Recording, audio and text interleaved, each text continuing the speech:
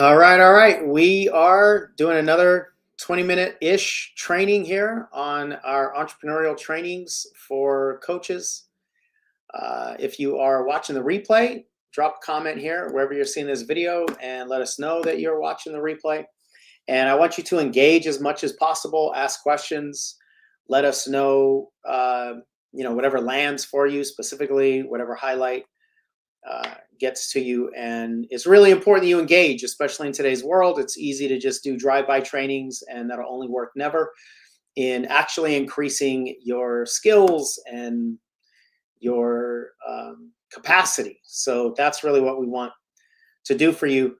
If you have not yet registered for these trainings, go to coachshawnsmith.com/e-training. That way you'll get email notifications, reminders, you'll get all the replays sent to you all in one condensed, easy to access location. We're going to do a bunch of these trainings, so it's going to be several weeks long. So go check it out. And today I'm going to talk a little bit more about our eSchool program that we're going to start next month, or 2 months from now, next year. And we'll get into that. But the topic of this training today is imposter syndrome. So if that is something that resonates with you, if it's something that you've experienced, you feel like it's in your way a little bit, it's holding you back a little bit, just raise your hand or type in chat, comment that you just put me, or I deal with this, or just whatever. Because most people have some version of what so many people are calling imposter syndrome. Now, I'm going to do everything I can to break it down and then hopefully convince you by the end of this training to never again use that phrase.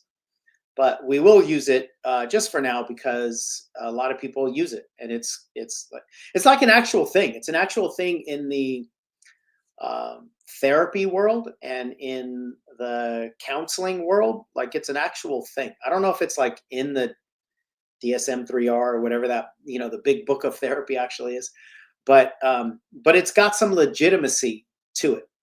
So I don't want to dismiss it also, but I don't want you to use it. I don't want it to become a crutch for you. So that's what I want to dive into today. The definition of imposter syndrome that I found is the persistent inability to believe that one's success is deserved or has been legitimately achieved as a result of one's own efforts or skills. The inability to believe that. So it's when people think that their success has not been earned, or that it hasn't been earned by your own efforts. It's like basically you just think you're not legitimate, right? Like your success is not legitimate, or if they ever found out who you really are, that you do have flaws, or that you are imperfect or whatever, that they wouldn't follow you anymore, or they wouldn't buy from you, they wouldn't purchase your products, they wouldn't hire you to coach, they would basically leave you. Right at the core of imposter syndrome is actually abandonment fear, which every single human has to some degree. We all have the fear of being abandoned, we have the fear of being alone. So imposter syndrome is one of those one of the manifestations of our fear of abandonment. And it's also just doubt, doubting whether you are good enough, doubting whether they will continue to appreciate you, to follow you if they found out who you really are. So that's really the usable definition of the term imposter syndrome that I'll be using here today. So let's break this down. First, I'm going to give you 3 things to consider, dissect, digest, and hopefully act upon. The first thing is to just embrace it. Just embrace the fact that you have this thing called imposter syndrome. Whatever it is, like whatever you call it, it doesn't matter. The label itself doesn't matter as much as the doubt that you have. And my argument to you is that you should have imposter syndrome if you're a good person. You should have it. I don't get concerned when people have imposter syndrome. I get concerned when they don't. Because if you really want to change somebody's life, if you want to do a good job, your mind better question whether you're actually going to do a good job or not. If your mind is working properly and you have the desire to change somebody's life, your mind better be asking, will I be able to? Because you really truly want to. And it's something that you value, right? You value doing good work. And if you value doing good work, your brain has to wonder if you have the capacity to do good work, especially if we're talking about helping people change their lives. So if you don't actually have any doubt about whether you can change people's lives, especially when you're on the earlier, in the earlier portions of this journey, if you don't have any doubt, then what that tells me is you don't actually care. You don't actually care in fulfilling and delivering for people. I personally have been doing this work for 18 plus years. I know I'm pretty good at what I've been able to do because of the work that I've that I've studied, the work that I've created, like nonstop creation in terms of audios and videos and written articles. And like I've studied this work. I've been full time in this industry as a transformational coach for years and years and years. And we have certified hundreds of people over the years in our certification programs. And still to this day, I have a version of imposter syndrome. It's a different version than I had 18 years ago, and it has constantly evolved, but it's still there. And it's because I care. It's because I give a damn. So if you really truly give a damn, you're going to have doubt. You can't want to help, which makes you a good person. You can't want to help and not doubt whether you're helping. Not doubt whether when you get up on stage, you're going to do a good job, or whether when you get a client free or paid, whether you're actually going to be be able to fulfill that, right? Because it means you're doing good work, right? So the more that you care, the more your mind will doubt. It's just part of the process. So just embrace that. And here's the other thing that I want you to know. You are a better coach with imposter syndrome than without it. Because most people can relate to that, especially people that aren't even in personal development. Most people can relate to it. I mean, think about this. This is what I want you to answer. How long have you been aware of imposter syndrome? Because I believe that if you're aware of it, then you also have wanted to get over it, right? So as soon as you became aware of imposter syndrome, I'm sure you tried to get around it, right? Or get rid of it. You think you got to get rid of this doubt, and so I could do the work, right? So, but my question is, this is what I want you to type in there. How long, like in a number of years, or if you're relatively early in the process and this is something relatively new to you, it could be only months, but especially those of you that have been working on this for years. In other words, how long have you been aware of this thing called imposter syndrome and have been working on it, but it still affects you? That's what I want you to type in the comment section here. When I ask rooms of people, online or virtual, it's years and years and years. So the reason I'm asking you about that is because everybody, virtually everybody, is going to relate to you, because almost everybody is wrestling with their own version of this.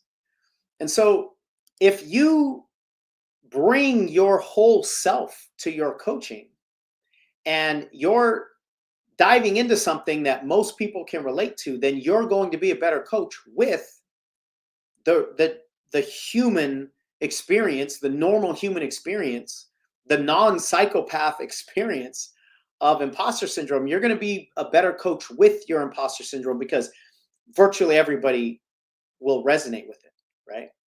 Now, having said that, my suggestion is you stop using the phrase, because using the phrase actually isn't going to help. And you're going to put too much energy into this idea of imposter.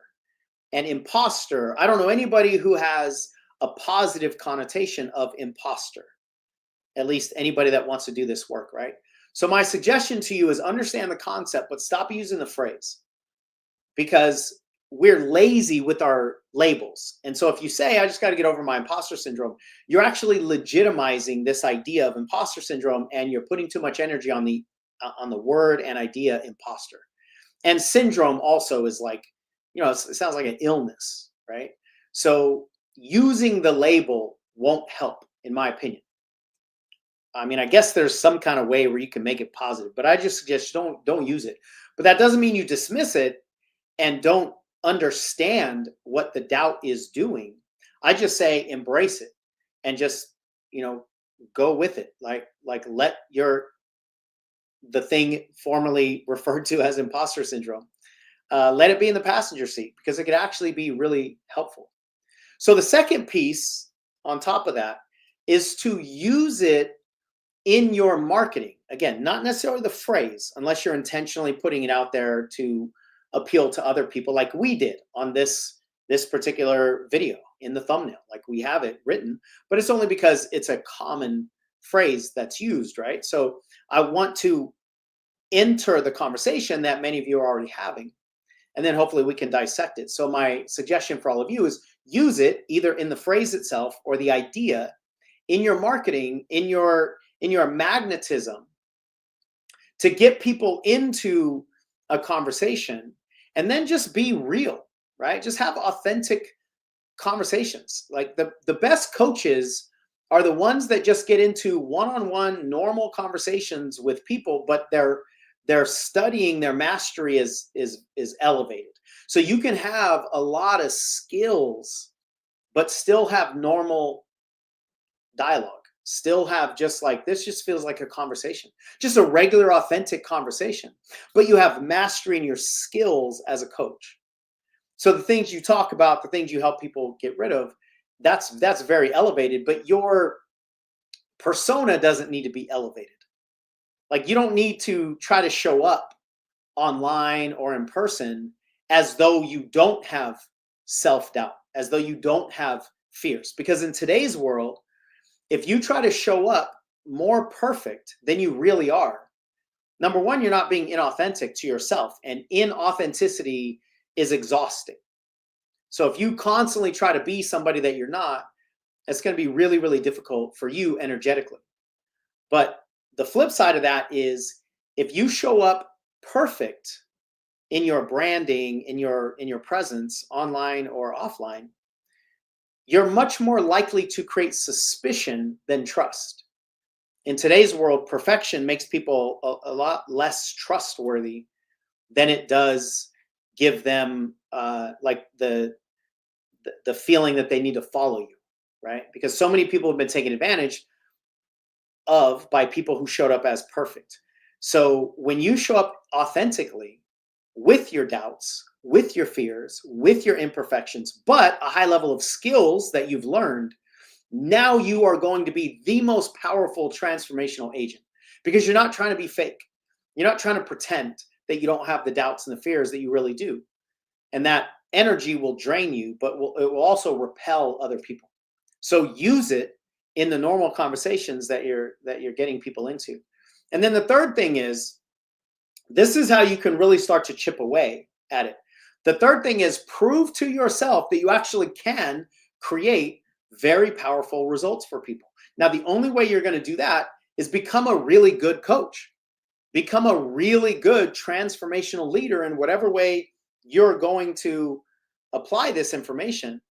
And with more and more and more practice, you will eventually prove to yourself, like, geez, I mean, I certainly haven't changed my imperfection, but damn, I keep creating a lot of really powerful results in the world.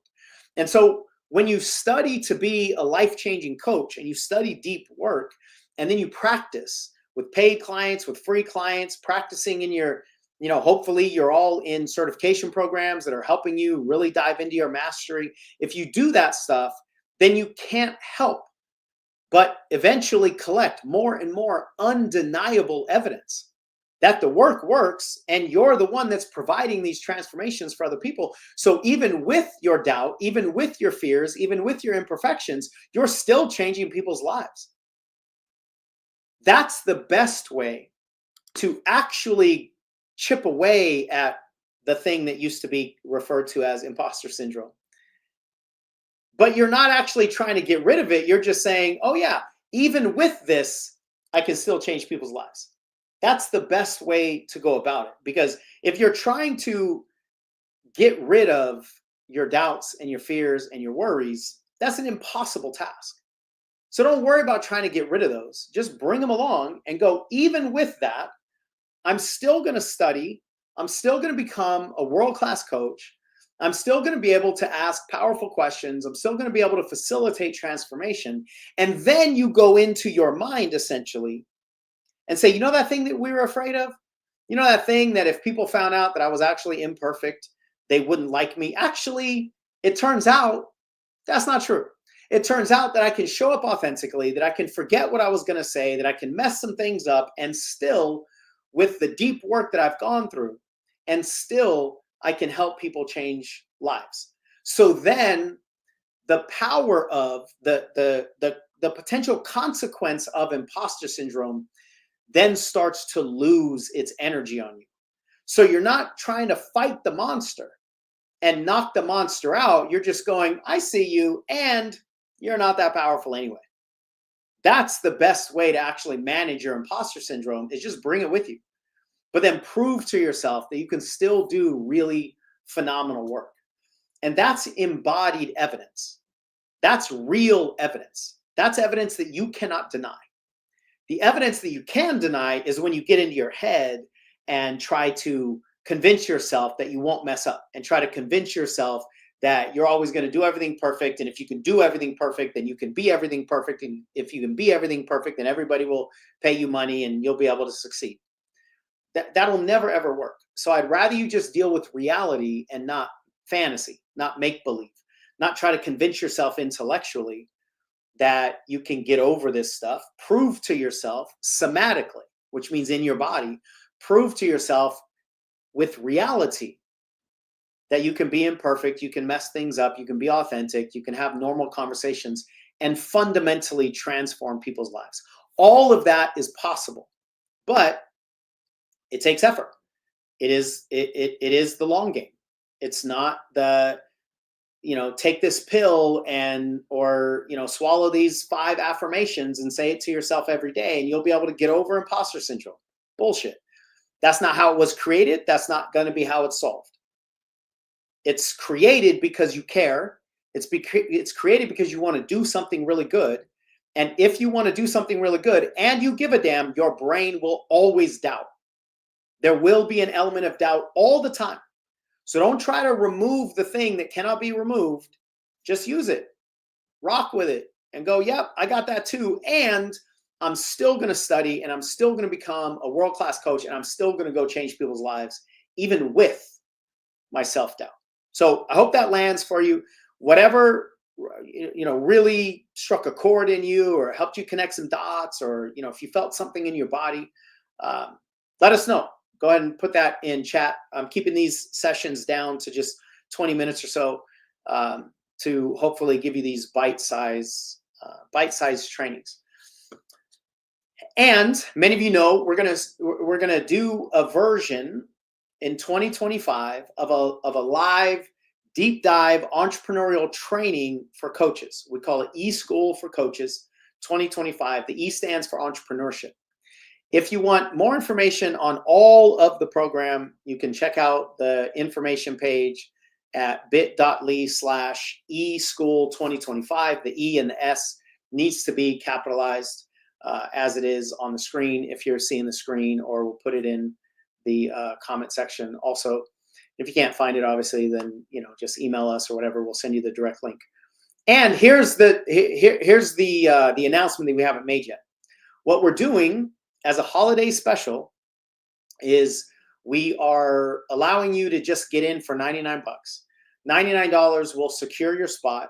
And if you want a pay plan for the program, $99 will secure your spot, and you won't have to start paying any of the other payments until towards the end of January, when we actually officially start the program. So if that's something that you know you want to do, you want to get in, join us, eSchool 2025, and you'll be able to delay some of these payments. Maybe it'll give you a little bit of a holiday reprieve to some degree. You can just pay for it all in full and save a little bit of money if you want to do that also. And if you want to get on our interest list, let us know that you're interested and potentially book a one-on-one consultation to find out if it is a good thing for you individually and get some more personalized attention. You can, we got a different link for you. That is bit.ly/ it's a little bit longer extension, Coach Sean Smith e-training. bit.ly/ Coach Sean Smith e-training. And that'll take you to an interest form. You can fill out that form and you can select a consultation if you want. So we're going to talk more and more about the structure of the program. My intention is not to tell you all about this program right now in these bite-sized videos, at least not in this one, but we'll tell you more and more details as you get forward. If you have any questions whatsoever, let us know.